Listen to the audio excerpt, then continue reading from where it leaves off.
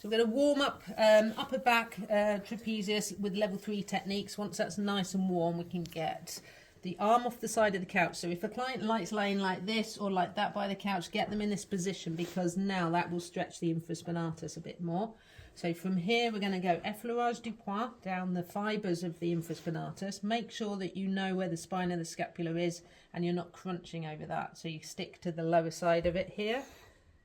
And we're going down to the tendon, so where it attaches on the greater tubercle. That's all my techniques are going to head down to that same spot. So effleurage du poing. To combine that with some movement, so massage with movement or lengthening techniques, we need to think how the infraspinatus works. So to use it, we brush the hair. To stretch it, we're going to go the other way. So we're going to start off in a shortened position, and the client's going to slowly move or rotate their arm around to that lengthened position. So from here, and slowly, good. So they can do the movement themselves while I'm putting some pressure on the infra. Good. And again, just watch where you're standing.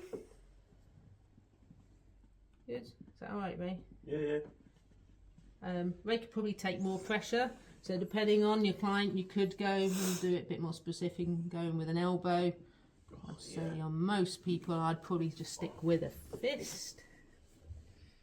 Okay, and then we can change this or combine it with stripping or STR. Just relax here. So stripping, I can do just work down without the movement. But STR, I'm going to think of the muscle, shorten the muscle, put a lock in, lengthen it. So we're going to shorten the muscle. We're going to put a point in. So let's say you found some particular tension here. My first point is up here. On Ray, I'm going to use an elbow, lock in, and slowly rotate for me. That's it. Good. That'll be my first point. Second point would be here. Third point would be a bit lower down. Okay, so that would be STR on infraspinatus. Now think of those trigger point areas as well that I showed you. So those areas here that he might say he feels it in the deltoid area by pressing on those. When you find a trigger point, you can press and hold and use NMTs. You would then do STR and then you'd finish with METs. So it's combining all the techniques.